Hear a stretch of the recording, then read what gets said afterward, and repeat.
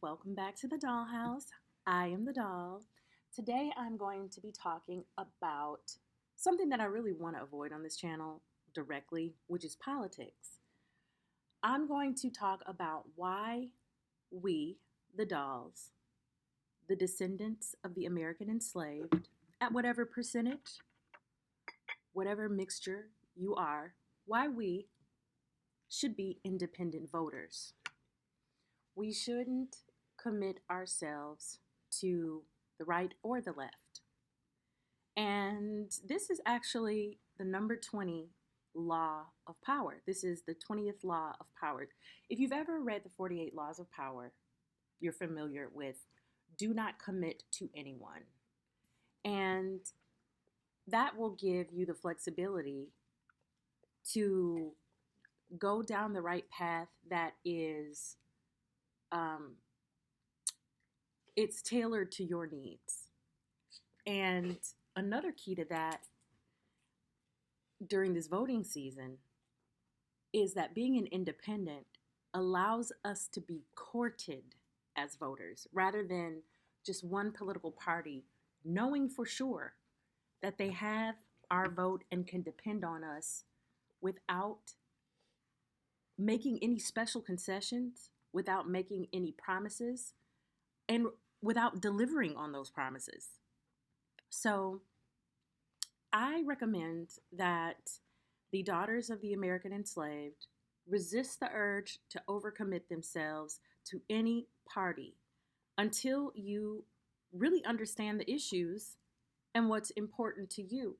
Now, we might, as a collective, have similar ideologies or similar goals for what we want to see happening in America, but in other instances, we don't. And that's okay. We cannot afford to pressure other people to view politics the exact same way that we do. And another thing that will help as an MLS woman, daughter of the American enslaved, is to tell people you're an independent so that they get off your back for the most part, and so that you can avoid judgment, and so that you can remain neutral in the eyes of others. It's always, and I'm a political scientist. I have a degree in political science. That is one of my degrees. And from my experience in the past, just expressing political views, it never really leads to a productive discussion unless you believe in the same things. And even then, unless y'all are about to go support a candidate together or do some canvassing or do some kind of rally, why are you even talking about it? Talking about it with people who can have an intellectual conversation is one thing, but for the most part, people don't generally have intellectual conversations about politics. So stay neutral, stay in the middle, and keep your ideas to yourself unless you are making it a part of your persona, unless you're getting paid, unless you're running for office. Otherwise, wait until you get into the voting booth and do what you want there. I don't want to comment on politics too much other than supporting the ideology of democracy and supporting the nation of America, the United States of America, and unity, safety for citizens, efficiency in government. And beyond that, this year, everyone's going to have to court my vote. And that is the main focus of this talk, is just to encourage you to have a wait and see attitude. There are other laws in the 48 powers that this applies to too. Another one would be to always say less than necessary. The more you say, the more likely you are to say something foolish or revealing.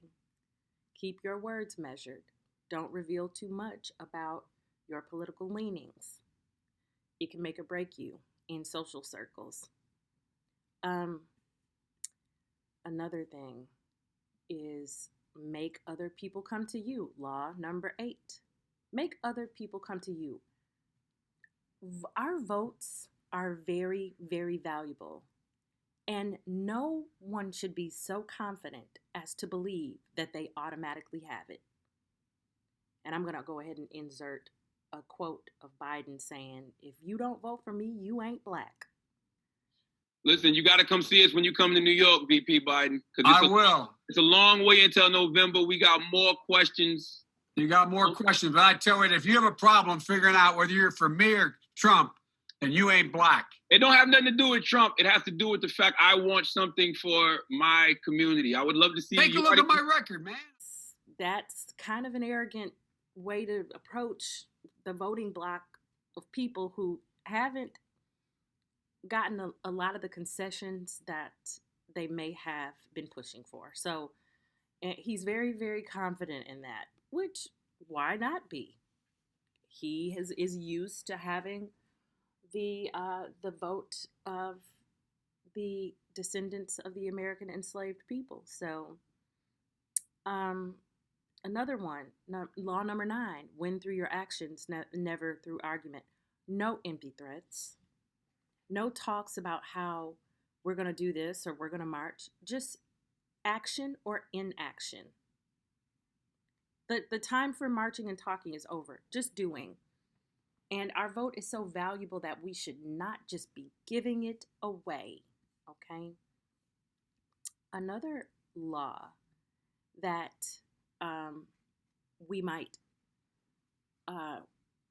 benefit from is law number 13. When asking for help, appeal to people's self-interest, never to their mercy or gratitude. So there are a lot of people in the demographic of descendants of American enslaved or the foundational Black Americans who want reparations. They say, you owe us. That does not appeal to self-interest. First of all, the government, they want something too. They will always grant you your wish if you're granting theirs. But just saying, oh, you should feel guilty. Give us something. Or we did so much for this country. Give us something. That will never work. What do they get in exchange? Do they get better behaved children in the communities? Will they get votes? That's appeal to the self-interest. If they knew that in order to get our votes, they'd have to do something for the descendants of the American enslaved, we would be more likely to get it. So use absence to increase respect and power. That's law number 16. Don't show up the way you used to. Don't let them depend on you, and you will increase the value of your vote. Be independent. Another law that this my appeal to be an independent voter aligns with the 48th law. Assume formlessness, staying adaptable, being flexible, not committing to a single form or strategy. We can adapt as needed. Taking shape that serves our purpose. And maybe we have an idea of what we want. I'm not saying it's reparations, but whatever objective we might want to accomplish as the descendants of the American enslaved, because so many of us have already blindly committed in one direction without making them wait and see if they've earned it, it reduces your power for the most part. So assume formlessness. Don't ever put yourself in a box, y'all. That's the point of this video. Do not put yourself in a box. So I hope this makes sense.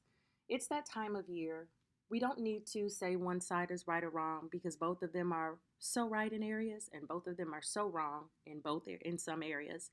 So our mission is to see what's in it for us. We have something that you want, so what's in it for us? And when we formulate our uh, as if we ever do as a collective, when we formulate what it is that we want, we'll have way more power. So I hope this makes sense, y'all. And I'm looking forward to hearing your perspectives on this. All in all, this channel is designed to help build stronger communities by helping the daughters of the American enslaved feel confident that they are contributors and that this land is their land.